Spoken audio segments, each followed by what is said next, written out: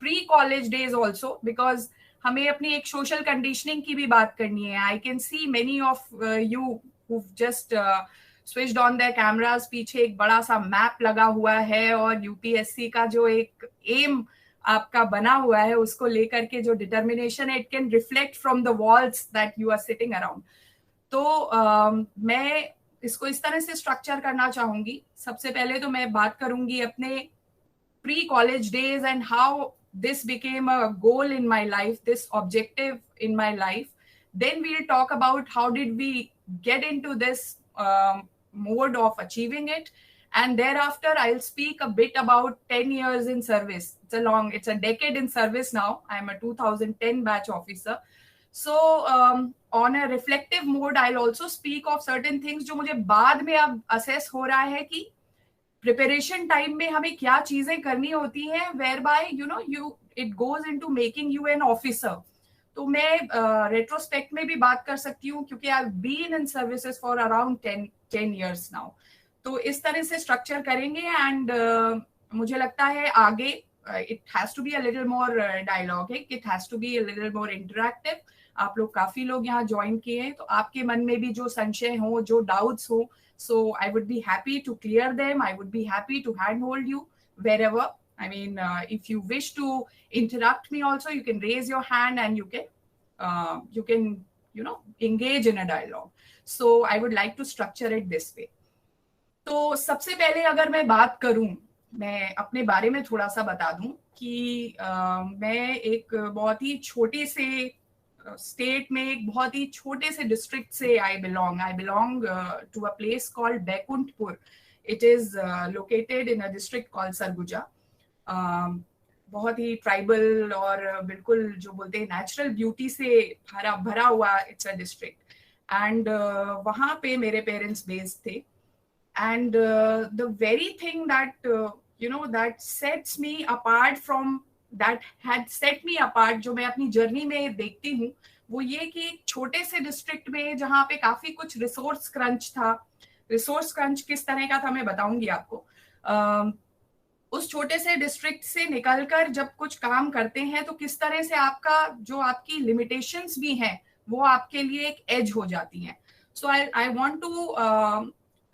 want you all to dwell into this kind of philosophy and that should be your take home. मेरे interactive session से जो मैं चाहूंगी कि आपका टेक होम हो वो ये हो कि अगर हमें किसी तरह की लिमिटेशंस हो, रैंडमनेस ऑफ लाइफ्स हैपनिंग हो, हमारी जो एक्सटर्नैलिटीज हैं जो हमें किसी चीज से हैम्पर करती हैं, जो हमारे ऑब्स्ट्रक्शंस हैं, उन ऑब्स्ट्रक्शंस को भी अगर हम चाहें अपने माइंड से, अपने परसेप्शन से, उन ऑब्स्ट्रक्शंस को भी हम सोच सकते हैं कि these are possibilities. So I would dwell into little bit into that. तो मेरा जन्म जो है वो मध्य प्रदेश में हुआ and my parents were settled in Surguja, Chhattisgarh में. तो वहां मेरी बहुत ही प्रारंभिक शिक्षा जो है, which is about till 6th standard, I studied there.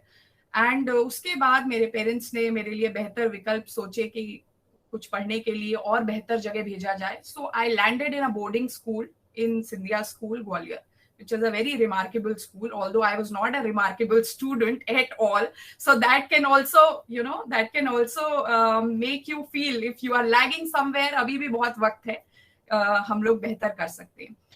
तो स्कूल बहुत अच्छा था, लेकिन क्योंकि रहते हम छत्तीसगढ़ में, सरगुजा में थे, तो स्कूल में जो असाइनमेंट्स होते हैं, कई असाइनमेंट्स मिला करते थे. अब मेरे साथ पढ़ने वाले काफी सारे बच्चे थे, वो दिल्ली के थे, कोलकाता के थे, कुछ बड़ी सिटीज के थे.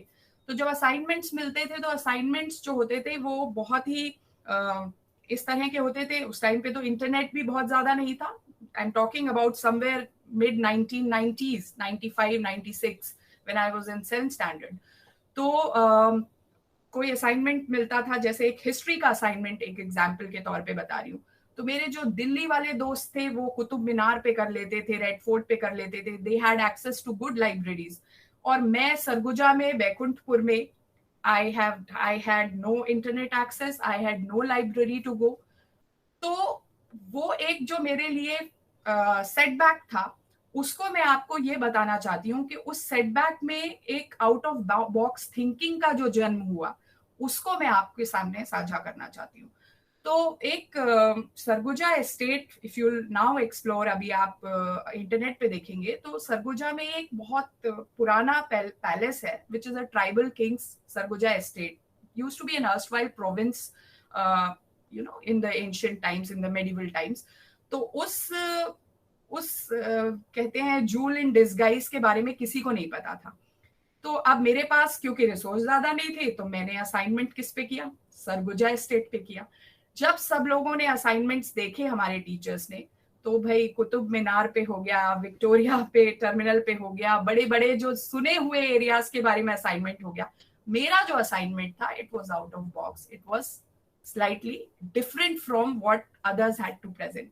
तो ये जो मेरा नैरेटिव है मैं आपको इसलिए बताना चाह रही हूँ, आप इसका डायरेक्शन भी आप समझ रहे होंगे कि मैं क्यों बताना चाह रही हूँ।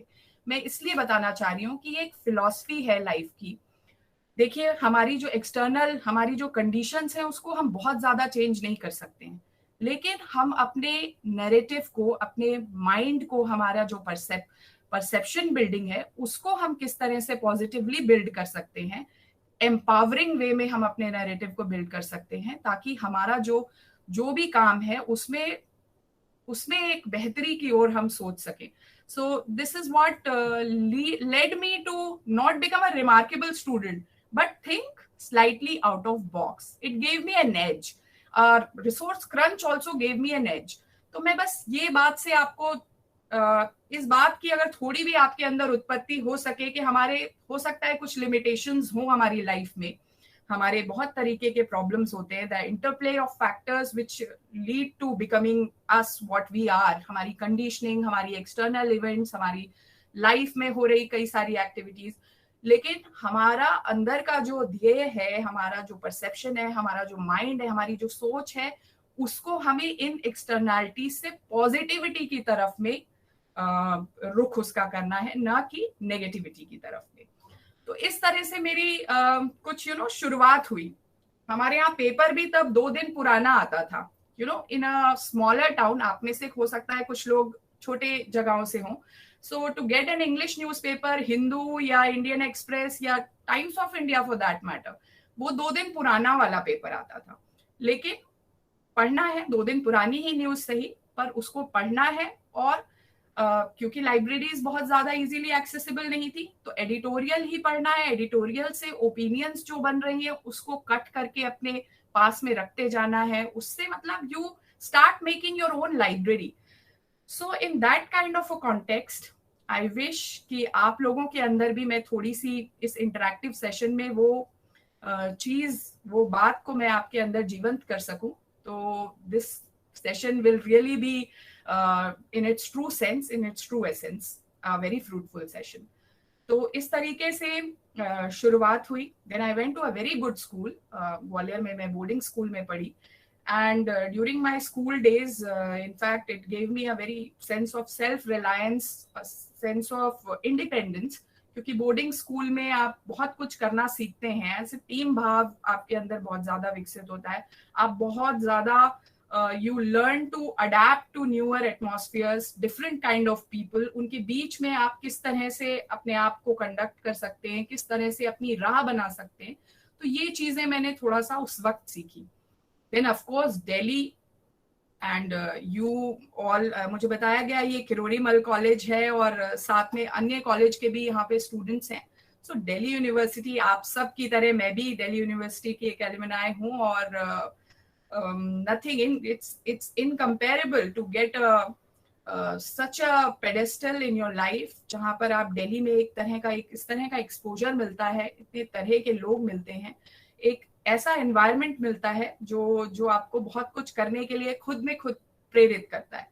तो when I came to Delhi in 2001, I joined Miranda House. I joined as a student at geography honors मैंने किया है।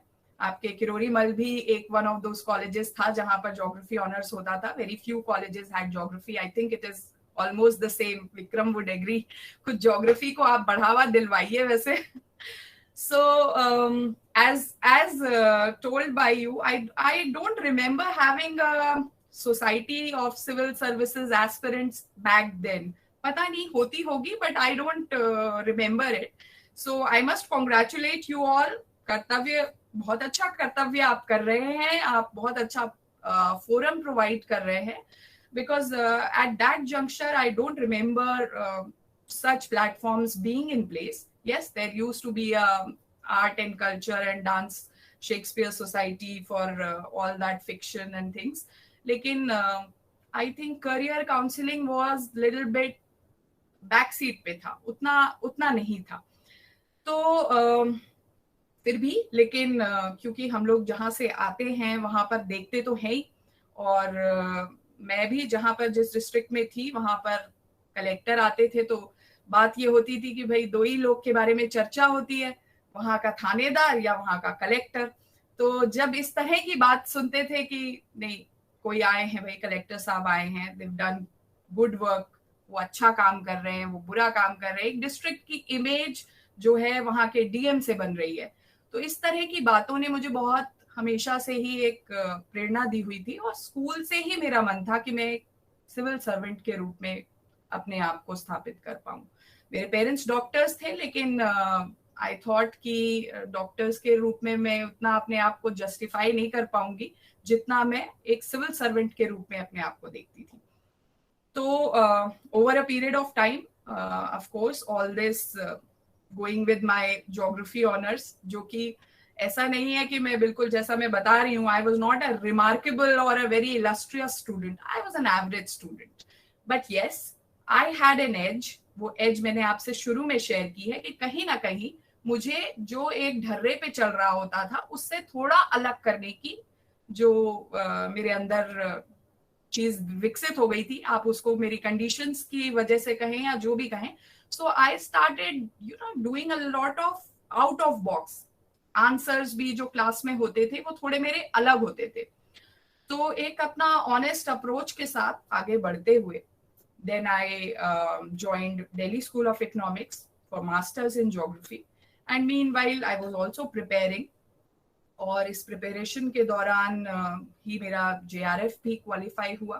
तो जब थोड़ा थोड़ा कुछ मिलता है, देन यू स्टार्ट फीलिंग कि यस, आपकी जो राह है वो ठीक जगह है, you are headed to a right direction.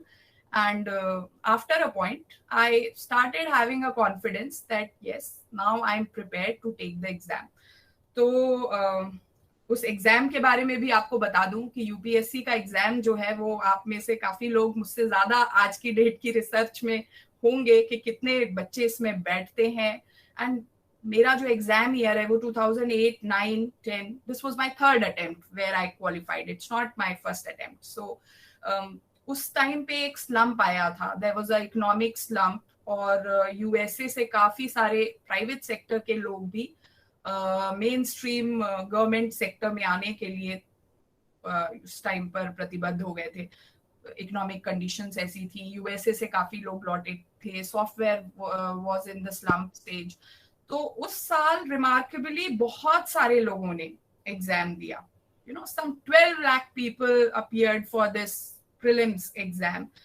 और कंपटीशन तो बहुत हाई था ही, बिकॉज आप आईआईटी, आईआईएम और हर तरीके के लोगों के साथ कॉम्पीट कर रहे हैं for an exam like UPSC.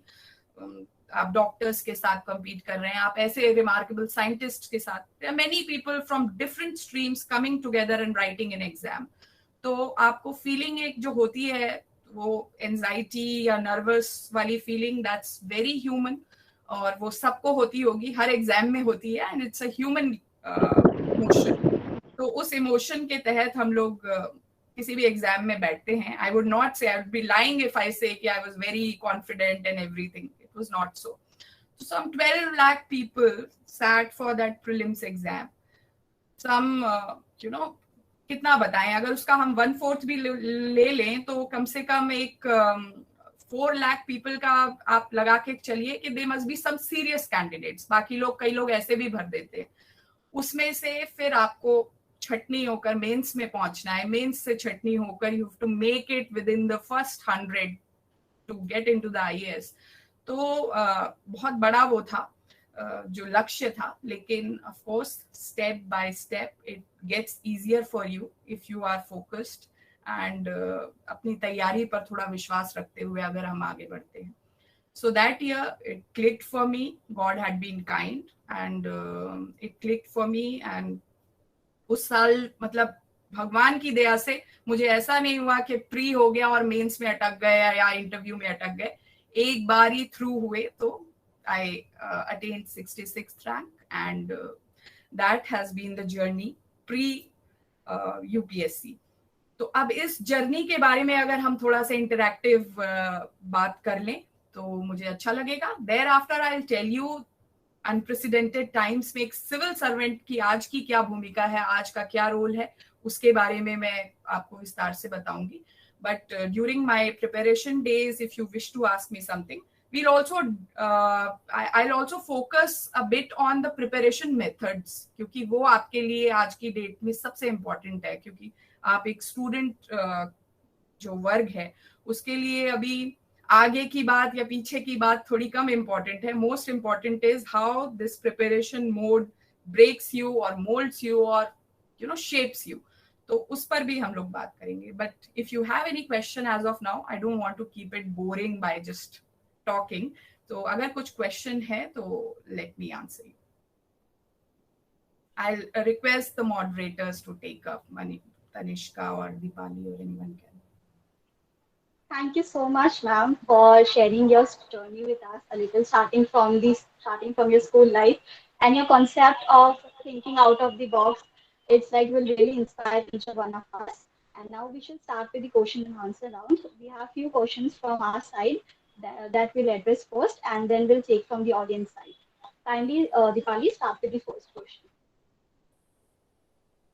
Yeah, so ma'am, just I would like to ask you that in contemporary scenario, the focus has basically shifted to the concept of mental health. So I would like to ask that while preparing for civil services examination, how we can exactly cope up with different aspects, keeping ourselves mentally strong and well. That's a very important question, and that is a question many people don't ask. They don't really talk about these issues because it's seen in a very not as positive light. It used to be, and it's a taboo subject. So it's a very good thing that you raised it. First of all, yes, this exam in itself is a very taxing process, and it really takes a lot of your time, a lot of your formative years when you are in your prime of your youth. You are in a mode where you have to just give 100% of yourself. So so much so that many a times there is a point of breaking down. So I think what really kept me going was the very philosophy I just spoke about, and I would want that to be foundation of each and every one of you, because when you are you must think that all the external events are not in your hand. The externalities can never be shaped by you. There are going to be very negative forces around you. There are going to be conditions where you would think that you are not rightly placed. You are deprived of many things. But what kept me going was that even in this deprivation, whatever I'm doing with my 100%. And even in this deprivation, something better awaits for me. Maybe this is shaping me, think out of box. Even if I would not have been a civil servant, JRF was there. I was thinking of a life in academics. Of course, I did not, have a lot of. I did not want that plan B to ever occur. I mean, I wanted my plan A to succeed. But yes, you should try to keep your focus as positive by just thinking that there are externalities which are beyond your control. You can just keep your calm by thinking positive. जो भी हो रहा है, जो भी ये चीजें negative हो रही हैं, इसमें भी कुछ पॉजिटिव छिपा है. अगर इस फिलॉसफी को हम लोग समझ लेंगे, and I will talk about this in my last 10 years of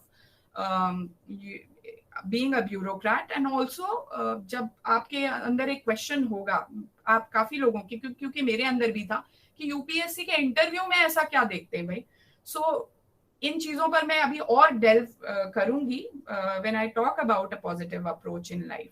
so I would discuss this with certain narratives from my own course. We completely agree with you, ma'am, and I am sure that each participant will take your words seriously. Now we shall move to the second question. Ma'am, what do you think is the most important thing a UPSC aspirant should keep in mind while preparing for it? And what should be our strategy? Because many of us are keen to know the way we should strategize things out. See, the most important thing, as per me, it is slightly opinionated. I mean, it must be, the versions might be different for different kind of people. But for me, the most important thing is consistency. You know, consistency in the sense you have to be honest with your efforts every day. You can't be having a aim just for a day, for a week, for a month, and then think of other things ki nahi ho raha boss. You need to be consistently honest with the efforts that you are going to put in. तो मेरे लिए मुझे लगता है, as I also told you in the very beginning, कि बहुत remarkably academically sound होना बहुत important नहीं है. Someone could be efficient, but someone might be failing in his or her consistent efforts. There are people who are intelligent, but they don't put in the right amount of, I'm not saying being laborious is also important, right amount of effort and consistent effort till you achieve, till you feel yourself closer to the goal. So a consistent effort hona, approach hona, that is the most important thing. In one word, I would want to sum it. Yes. Thank you so much, ma'am. And I think everyone here will work upon their consistency. So like now we have some questions in chat box. So let us address those questions. So first of all, Tushar Bhaiya, go ahead. Good morning, ma'am. My name is Tushar and I am a third year student of BCom Honors. Also, I am a co-team member of Kartavya team. Ma'am, before asking my question, thank you so much for giving the opportunity to ask you my question one-on-one. And ma'am, my question to you is, did you feel demotivated and feelings like giving up during your preparation time? Ma'am, especially when I've started preparation and after 2-3 months, it feels very difficult to maintain that consistency. So ma'am, it would be very helpful for me as well as for others if you could share like how did you cope up with that, what actions you have taken. Thank you, ma'am. Yes, Tushar. In fact, I told all of you that it's a very human emotion to feel demotivated and nervous and anxious about things. It's very human to do so. जब पहला attempt नहीं होता है, पहला तो आप यूं ही दे देते हो, many a times पहला तो लगता है कि हाँ we are faring well in our class, चलो देख लेते हैं, ट्राई कर लेते हैं. पहले अटेम्प्ट के बाद डिमोटिवेट नहीं होते. Second attempt, when you give a little more serious mode, I mean, I'll talk about UPSC only, उसी में format में बात कर लूँ. तो second attempt में when you are more, you've given in a lot more of your hard work, उसके बाद भी नहीं होता, pre भी नहीं निकलता. In my case, first 2 attempts I did not qualify my pre. So तो demotivate होते हैं. Demotivation हुआ भी, मुझे भी हुआ. And I felt maybe I'm not meant for it. मुझे लग रहा था ये पहली सीढ़ी ही नहीं क्वालिफाई हो रही है तो आगे का एग्जाम तो अलग बात है. लेकिन many a times when you get demotivated, you should use it as a channel to also introspect कि आप गलत कहाँ हो रहे हैं. वो अगर आपने वो मतलब अवस्था आपने प्राप्त कर ली where you are getting wrong, which is the place whereby it's a dark horizon, लेकिन आप उसमें वेंचर किए हैं, आपको लगेगा कि आपका कौन सा सब्जेक्ट था जो वीक था, कहाँ आप गलत कर रहे थे. And UPSC, to be precise, it's not about knowing it all, because syllabus इतना वास्ट है, बट जितना आपके कंटेम्पररीज को पता है वहां आप फॉल्टर नहीं कर सकते. जहां आपको पता है जो आपका साथ वाला है, भाई एक कोई रिवर है, उसकी ट्रिब्यूटरीज हैं, भाई वो आपको नहीं पता है पर आपके कंटेम्पररीज को पता है, वो 1-1, 2-2 नंबर से ही एज मिलती है. So you would have to get back by letting yourself know कि आपका जो वीक एरिया है वो कौन सा है. वो वीक एरिया एक कोई out of box out of world question आ गया, वो सबके लिए वीक एरिया है. लेकिन आपके जितने लोग प्रिपरेशन कर रहे हैं उनको ये चीज आ सकती है, ये आपको असेस करना है. वो चीज आप मिस नहीं कर सकते. So that is how you can assess yourself कि आप कहाँ पर फॉल्टर कर रहे हैं. अपनी strengths and weaknesses by and large सबको पता होती हैं. कोई सब्जेक्ट हमारा स्ट्रॉन्ग पॉइंट होता है, कोई सब्जेक्ट. लेकिन कुछ होता है कि एक बेंचमार्क तो हमें अटेंड करना ही है, उतना लेवल ऑफ प्रिपरेशन तो अटेंड करना है. आप ये सोचिए कि ये क्वेश्चन मेरे साथ में जो लोग एग्जाम दे रहे हो वो गलत किए होंगे क्या. अगर वो नहीं किए होंगे, आपको लग जाएगा कि ये क्वेश्चन तो सबको आता होगा, तो मतलब वो आपका वीक एरिया, असल वीक एरिया है, उस पर आपको वर्क करना है. तो डिमोटिवेशन को इतना डिमोटिवेट मत हो जाइए कि अपनी प्रिपरेशन को अफेक्ट करें. उस डिमोटिवेटेड टाइम में अपने आप का असेसमेंट करिए, सेल्फ इंट्रोस्पेक्ट करिए, अपने वीक एरियाज को असेस करिए, एंड देन ऑफ कोर्स फिर तो आपको उछाल ही मिलेगी. So I think you should take it in that stride. Yes, Thank you so much, ma'am. Mr. Ma'am, Vikram the Chaudhary next wants to question ask is- something. Sir, you may unmute yourself and you can ask the question. Good afternoon all of you. और सबसे पहले मैं अपनी तरफ से नेहा शर्मा जी का स्वागत करता हूं. और बहुत अच्छा अपने बच्चों को जिस तरीके से आपने इंकरेज किया, मोटिवेट किया है, वो सही मायने में हमें पूरा छात्रों के लिए बहुत अच्छा है. मेरा सिर्फ एक क्वेश्चन पूछना चाहता हूं कि कैंडिडेट्स के पैसेंस से ज़्यादा क्या माँ बाप का पैसेंस ज़्यादा जरूरी है? कि मैं अपने साथ देखा है, मैं भी अटेम्प्ट दिया था, और नो डाउट जैसा आपने अपने बारे में बताया कि फर्स्ट सेकंड थर्ड में आपने सब कुछ क्लियर किया थर्ड अटेम्प्ट. तो कहीं ऐसा लगता है कि हमारे पैसेंस के साथ साथ, हमारे धैर्य के साथ साथ माँ बाप का धैर्य भी उतना ही जरूरी है जितना ही कैंडिडेट का. मेरा यही प्रश्न है. बिल्कुल सही बात है विक्रम जी, आपने बिल्कुल सही नब्ज पकड़ी है कि इशू है. लेकिन उसमें भी अपनी काबिलियत छिपी है कि हम माता पिता के धैर्य को कितना ऊपर तक ले जा सकते हैं, उनके धैर्य पर उनको विश्वास कितना उनके अंदर उत्पन्न कर सकते हैं कि बच्चे में शायद वो लगन है, बच्चे में वो काबिलियत है. तो नेचुरली पेरेंट्स का सपोर्ट बहुत जरूरी है. पेरेंट्स क्योंकि बहुत सारी मेरे साथ में my friends who are girls are also around here, young colleagues. तो हमने देखा है लड़कियों के लिए भी एक there is an age where people family, अगर extended family starts talking about marriage and things, तो पेरेंट्स का धैर्य भी लड़कों के लिए भी होता है कि अब आ गए हो एक राइट एज पर, अब कमाओ भाई, अब घर का संभालो. So I think there are different kind of responsibilities attached to a social setup. लेकिन पेरेंट्स का धैर्य बहुत इंपॉर्टेंट है. नेचुरली अपना पेशेंस तो है ही, लेकिन मैंने ये भी बात कही कि पेरेंट्स के धैर्य को विकसित करने के लिए अपनी काबिलियत भी जरूरी है. आप कितना अच्छा उनसे संवाद करके उनको भी अपने इस पूरे सफर में अपना एक सपोर्ट सिस्टम की तरह उनको बना सकते हैं. तो मुझे लगता है इस काबिलियत को भी विकसित कर लीजिए. आपके टीचर ने एक बियॉन्ड आपके लिए बात सोची है. So I think that is very important to keep that communication, that ray of hope alive. Thank you so much. Thank you.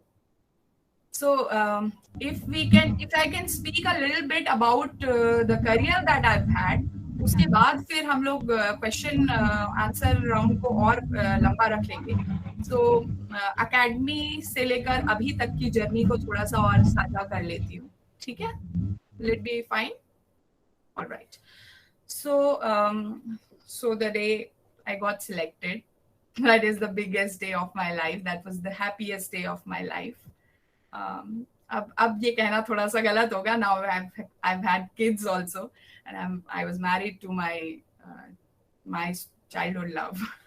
So वो सारे points तो हैं ही happiest, लेकिन career की बात करें, so I got selected and the result came out on 6th of May 2010. और उस दिन नेचुरली पेरेंट्स की बात हो रही है तो सबसे पहला जो हैप्पी मोमेंट होता है when you can turn their tears of joy, that rolling down their cheeks, that's the biggest moment one can really feel in his or her life. तो वैसा ही कुछ हुआ और मम्मी पापा के लिए भी it was proud moment. And of course when you get selected, then academy is one point where everybody feels that this is a new chapter of my life. तो academy join की, LBS academy, और academy भी अपने आप में, जैसा आप college को आज मानते हैं ना एक इंस्टीट्यूशन, कॉलेज में जो एक बॉन्डिंग होती है, अकेडमी भी एक अनदर लेवल है। और वहाँ आप अपने सपनों को तब्दील होते हुए नजर देख सकते हैं कि किस तरह से आपकी क्या कोर्स ऑफ एक्शन होने वाला है, किस तरह से आपकी जर्नी होने वाली है। So I joined Mussoorie Academy. I had a year of hands-on training there, and then another year of district training. District training में मैं उन्नाव में posted हुई, मुझे UP कैडर मिल गया था, and मैं उन्नाव में posted हुई, and उसके बाद like you mentioned, I came to a place called Bagpat, which is just around NCR. तो बागपत है तो NCR का पार्ट, लेकिन it's a very feudal and very it's a remote kind of place in that in its essence. तो वहां पर काम करना, so when you are out of college and getting into the district, you have all sort of inhibitions. मतलब आप academy में तक भी अपना कॉलेज ही एक्सटेंडेड लाइफ आप जी रहे होते हैं, but the true field, the life in the field is very different from what you are taught. Also there are many things which you experience hands on. So as SDM, सबसे पहली चीज तो सबसे पहला जो मतलब प्रॉब्लम या hindrance बोलेंगे was because all through we have been educated in English या जो भी हमारी एक लैंग्वेज है, and administrative language is very difficult. I mean वो आपको अकेडमी में भी थोड़ी सी सिखाई जाती है। To read those administrative orders, court कचहरी किसी का सामना पड़ा हो तो पता हो कि किस तरह के ऑर्डर्स होते हैं। वो क्लिष्ट हिंदी जो होती है, वो अनुमोदनार्थ एंड थिंग्स, एंड अब तो मैं इतनी कंफर्टेबल हो गई हूँ कि मैं ज्यादा मेरी हिंदी बेहतर हो गई है। तो that is one part which is very which you feel you need to equip yourself with. Then another thing is tackling the public, because cutting edge पे जो आपके assignments हैं, बाद में later on you shift to a secretariat life, लेकिन initial years in the services are more about public interaction, and of course that is something I feel is the essence of bureaucracy. और उसी से आपकी एक पहचान, आपकी छवि, एक identity है, वो establish होती है कि आप किस तरह का एक पब्लिक आपका इंटरफेस है, आप कितनी एक्सेसिबिलिटी देते हैं, आप कितने लोगों की प्रॉब्लम जो समस्या है उसको इंटरनलाइज कर सकते हैं, समझ सकते हैं। और हम जब इनिशियली सर्विस में आते हैं, इस पूरी चीज को मुझे लगता है हर कोई समझ सकता है, क्योंकि you also are from the other side, you have just entered from the other side to this side which is about facilitation. तो आप ज्यादा समझ सकते हैं। Over a period of time people get immune. So I try not to get immune, and I try to remain as grounded, as considerate, and a very responsive system I wish to provide to anyone who comes to me. तो उस चीज को जिंदा रखना बहुत जरूरी है, क्योंकि over a period of time वो सारी क्वालिटीज इरोड होने लगती हैं, आप सिस्टम ही बन जाते हो, you become part of system. तो public interface is something which is very vital and very important. So इसके साथ मैं अब आपको बताना चाहती हूँ कि मैंने जब ये 10 years ऑफ सर्विस स्पेंड कर लिया है, now I understand the pattern of exam all the more better. Prelims क्या है? प्रीलिम्स है आप प्रॉब्लम्स को तुरंत आइडेंटिफाई करो, उसमें क्या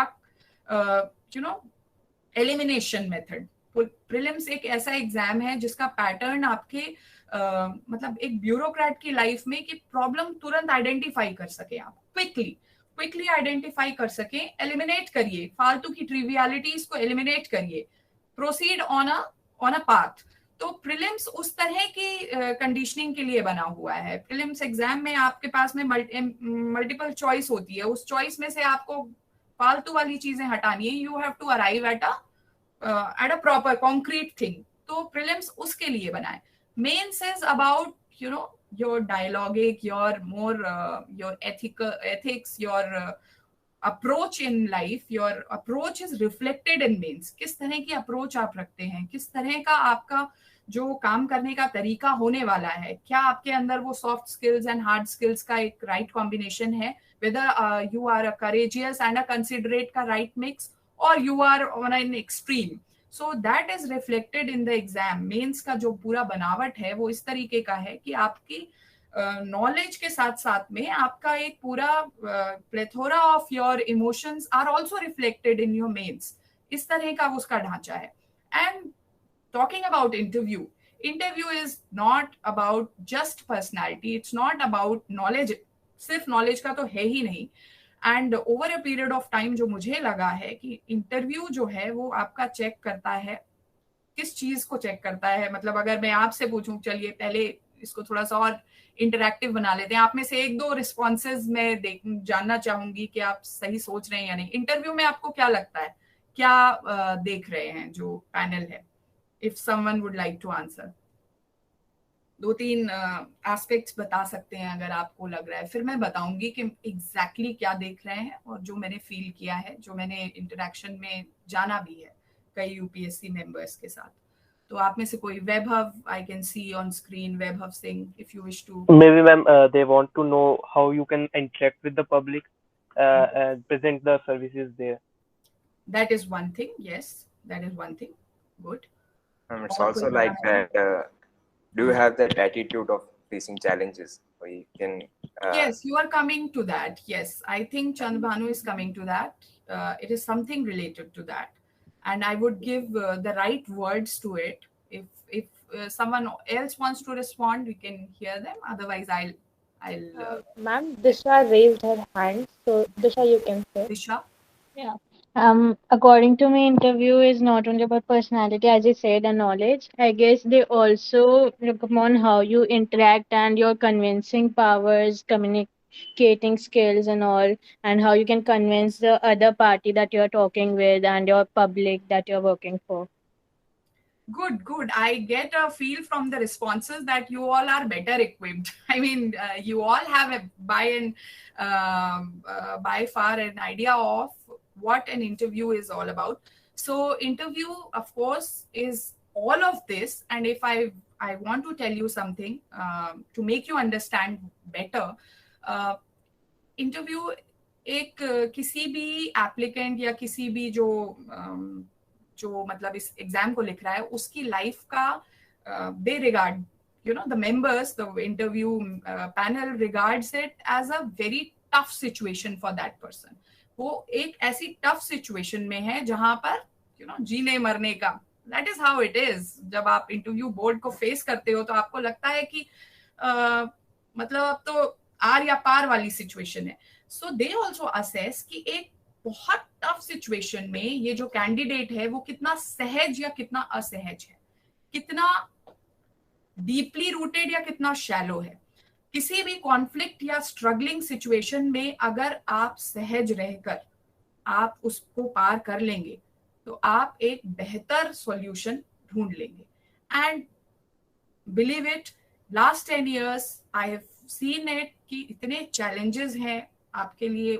आपको एक ओपन समंदर में फेंक दिया after training.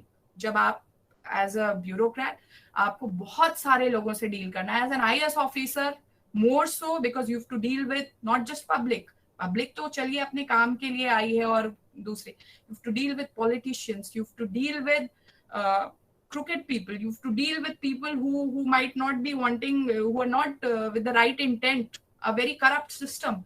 So it's a very difficult situation you are in. And कई बार लॉ एंड ऑर्डर सिचुएशन हो जाता है. As a district head, law and order situation में अगर आप असहज हो गए, आप अनकंफर्टेबल हो गए, आप थोड़े से भी इधर उधर शेक हो गए तो आपका तो मतलब इकबाल ही खत्म है. तो ऐसे समय के लिए वो असेसमेंट बहुत जरूरी है कि एक ऐसा कैंडिडेट उभर कर आए जो किसी भी डिफिकल्ट सिचुएशन में असहज ना हो जाए, अनकंफर्टेबल ना हो जाए. अदरवाइज उसकी जो राइट स्टेड में, राइट स्पिरिट में, कॉन्स्टिट्यूशन को अपहोल्ड करती हुई कोई निर्णय लेने की क्षमता है, that will be adversely affected. So this is what they assess, and I had the opportunity to interact with few of the members, and the very question that came to my mind, despite me being part of the system now, me being on the other side, I wanted to ask कि आप क्या assess करते हैं, ताकि किसी से अगर आगे, जैसे आज मुझे आप लोगों से मौका मिल रहा है बात करने का, तो मैं बता तो सकूं कि क्या वो ढूंढ रहे हैं, क्या क्वालिटी वो देख रहे हैं, और उस क्वालिटी को डेवलप करना है हम सबको, कि हम किसी भी डिफिकल्ट, अपनी लाइफ के डिफिकल्ट से डिफिकल्ट सिचुएशन में वी शुड बी, कहा जाता है ना, कोल्ड हार्ट नहीं होना चाहिए और हॉट हेड नहीं होना चाहिए. It should be the other way round, you should be cool headed and warm hearted. तो उस तरह से कोई निर्णय लेने की आपकी अप्रोच को हमें डेवलप करना है. These are all management issues, human emotion management issues, वो हमें डेवलप करना है. So this UPSC का जो इंटरव्यू है, it talks about these aspects of your personality. तो इस तरह से ये पूरा जो एग्जाम का स्ट्रक्चर है वो अलग अलग तरह की आपकी खूबियों को ढूंढता है, चर्निंग करता है, तभी जाकर कोई IIM वाला या कोई BA पास वाला सब जो है वो एक लेवल प्लेइंग फील्ड में आते हैं, और उसमें से निकल के आती है जो चीज, तो वो एक हमारे देश का स्टील फ्रेम है. और last 10 years of course have had different kind of experiences. SDM के रूप में, CDO में आप एक अलग तरह का रोल और जिम्मेदारी कर रहे हैं, आप विकास कर रहे हैं entirely. And DM is the, it's really a very satisfying, very self-satisfying also. As a role you can give a lot to the society. आप लॉ एंड ऑर्डर भी संभाल रहे हैं, आप विकास की धारा को भी जोड़ रहे हैं, और किसी भी एक छोटी सी यूनिट को, एक डिस्ट्रिक्ट को पूरी एक लीडरशिप कैपेसिटी में आप किस तरह से आगे बढ़ा सकते हैं, वो एक रोल जो है वो बहुत मेरे दिल के करीब है. मैं 2 डिस्ट्रिक्ट्स में रही हूँ, फिरोजाबाद में रही हूँ, रायबरेली में रही हूँ. इलेक्शंस करवाए हैं मैंने. रायबरेली में तो कांग्रेस के मतलब शीर्ष नेतृत्व का इलेक्शन भी करवाया है. So it was a difficult and a high profile election, but yes, these things really make you a better person each day. And I think what I rightly said in the beginning also, कि हम जब college से निकलकर जब enter करते हैं services में, तो हम एक अलग ही जज्बे के साथ रहते हैं. उस जज्बे और जुनून को हमें किल नहीं होने देना है. हमें इस बात को ध्यान रखना है कि हमारे साथ बहुत सारे तार जो हैं वो उस तरफ भी सिस्टम के जुड़े हुए हैं, तो उस पीड़ा को समझते हुए ही आगे बढ़ना है. So this is how you can always grow in services. और मुझे लगता है कि I think I have been able to sum it up for you कि किस तरह का मेरा ये जो सफर है वो रहा है. Thank you. Thank you so much, ma'am, for sharing even the minute details. So we are back to the question answer round. So, ma'am, Mehdi wants to ask that you mentioned about your attempts. So, could you please share your learnings out of the first 2 attempts? Yes, the first 2 attempts. The first attempt, I would say, उस time पे तो learning नहीं लगता है, but अब लगता है कि बहुत ही मतलब आपने शैलो स्टडी मोड में ही मैंने मतलब दे दिया था वो attempt. So I should not have wasted my attempt like that.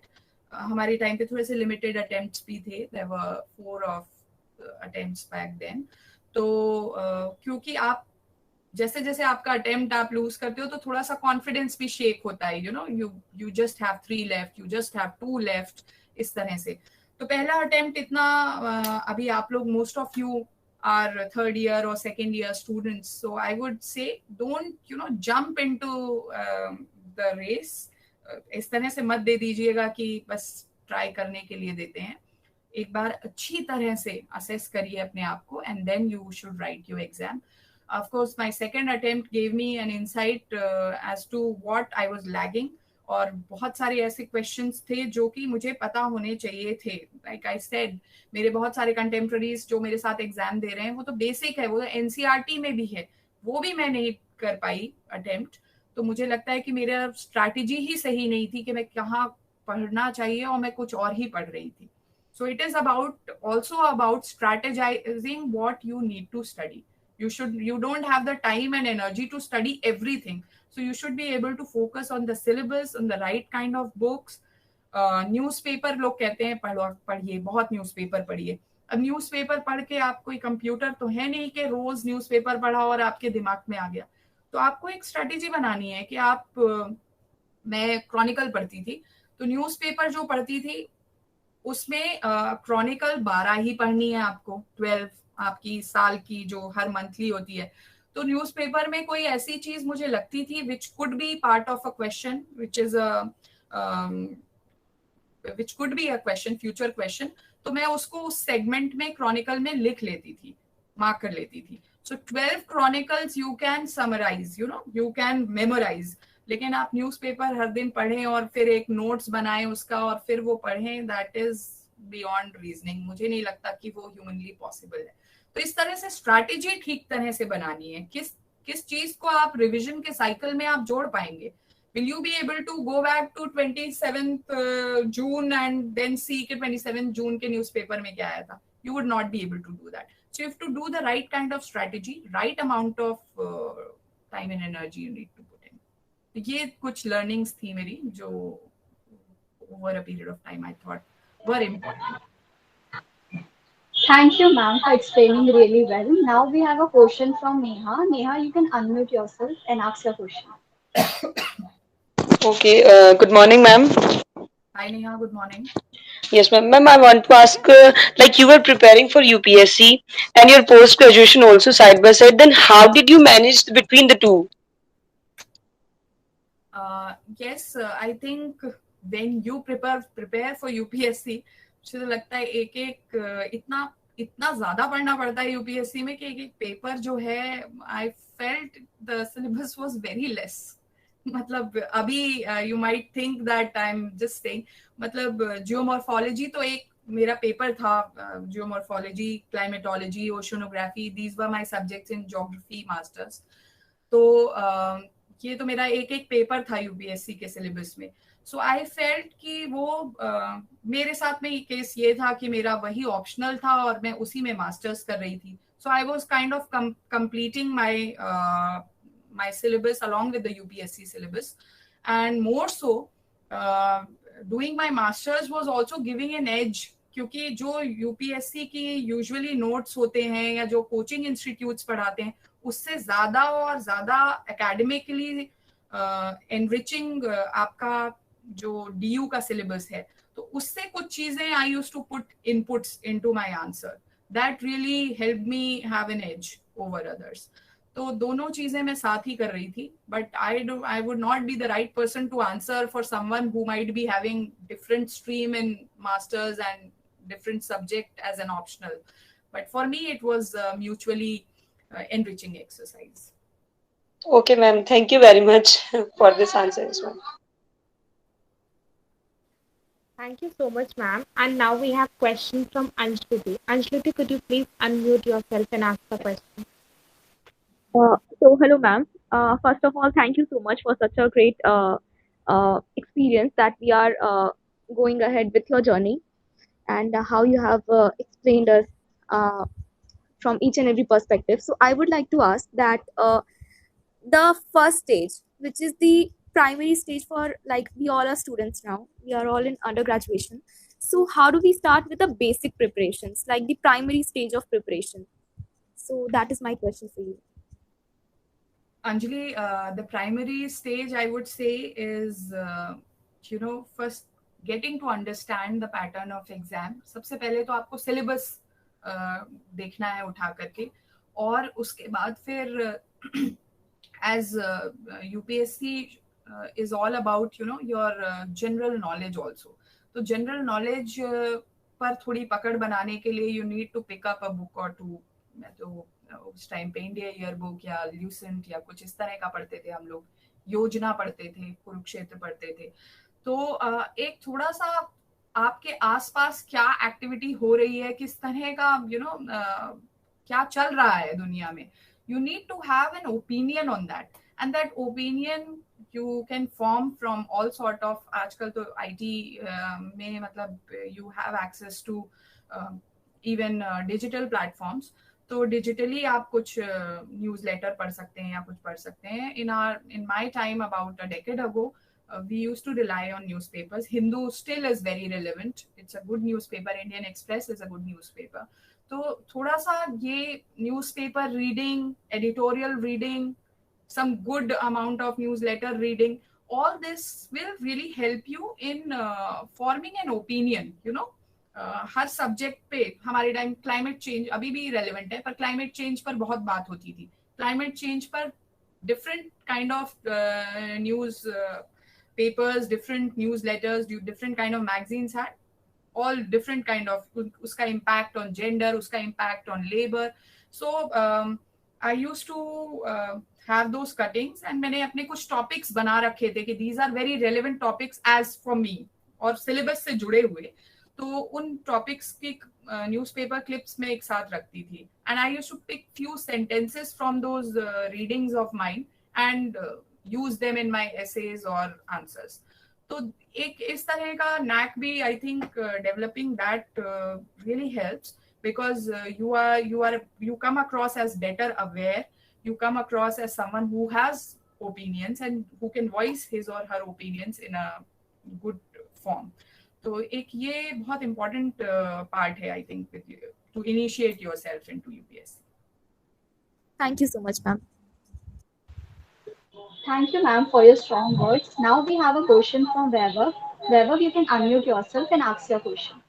After Vaibhav, we'll take Mohammed Shoaib. I can read him on the chat box. Yes. Thank you, Tanishka. Ma'am, you have pursued geography as your subject in graduation as well as post-graduation. So while choosing the subject, you chose the subject because you thought you would take it as an optional in your UPSC exams, or you just liked the subject and that way it went on? And what is the role of coaching institutes, if you could explain on that? Yes, thank you. Vaibhav, very rightly so. I had a very distinct interest in geography. So I have done my +2 also in humanities, and I got really good marks in geography. Otherwise, okay-ish marks, but I secured around 90 in 12th in geography. And I had I was inclined to geography. So geography us time pe it was a very important subject in UPSC. As I see it today also, it holds a very significant part in your general knowledge paper also, तो GS paper also. तो ये geography में interest तो मेरा शुरू से ही था. फिर I strategize it like geography optional भी लेना है और UPSC में लेना है, तो I thought of getting into BA honors and masters also. दूसरा आपने जो पूछा है कि कोचिंग इंस्टीट्यूट्स का क्या रोल है, मुझे लगता है कोचिंग मैंने भी कोचिंग ज्वाइन किया था and they have an important role, क्योंकि आप कई बार you feel yourself to be directionless, क्योंकि सिलेबस इतना ज्यादा है और अगर कोई मतलब आपको मेंटर करने वाला आपका इमीडिएट ब्रदर सिस्टर या आपकी सराउंडिंग में कोई नहीं है, तो I think coaching institutes have a role in mentoring you, in providing you a direction. It could be, I'm not saying coaching institutes per se, it could be one of your faculty members, you know, who's had or it could be someone like me. So if I would have had time, तो इस तरीके से कोई आपको ठीक तरह से mentor कर सके. So I think they play an important role in letting you know. कई सारी ट्रिवियलिटीज आपकी कट डाउन हो जाती हैं, आपको ठीक तरह से समझ आता है कि ये सिलेबस है और इस तरह से मुझे उसमें प्रोग्रेस करना है. तो अगर आपको उस तरह की मेंटरिंग कोचिंग से मिल रही है, वेल एंड गुड. अगर आपको आपके इमीडिएट सर्कल में किसी से मिल सकती है तो उससे भी बेहतर है. I think they play an important role. Nowadays we see that coaching institutes are bringing programs that one can pursue along with graduation. Yes. So would you suggest that, or would you suggest that one should focus on one subject while graduating and then I would say that going into the coaching institute as a very at a very nascent stage is not advisable. First, you should do a little bit of self-study, little bit of, you know, you should equip yourself. Otherwise, you will start getting demotivated again, because you would be with people who might be preparing for ages, for years, or maybe with people who are not doing anything else but only preparing. you know. So do a little bit of homework, do a little bit of your own studies, you know, prepare yourself a little bit, then you can join a coaching. फिर उसके बाद जैसा मैंने initial कहा ना, you should initiate yourself first with general knowledge, general studies, newspaper, current affairs, and then you can join NCERT.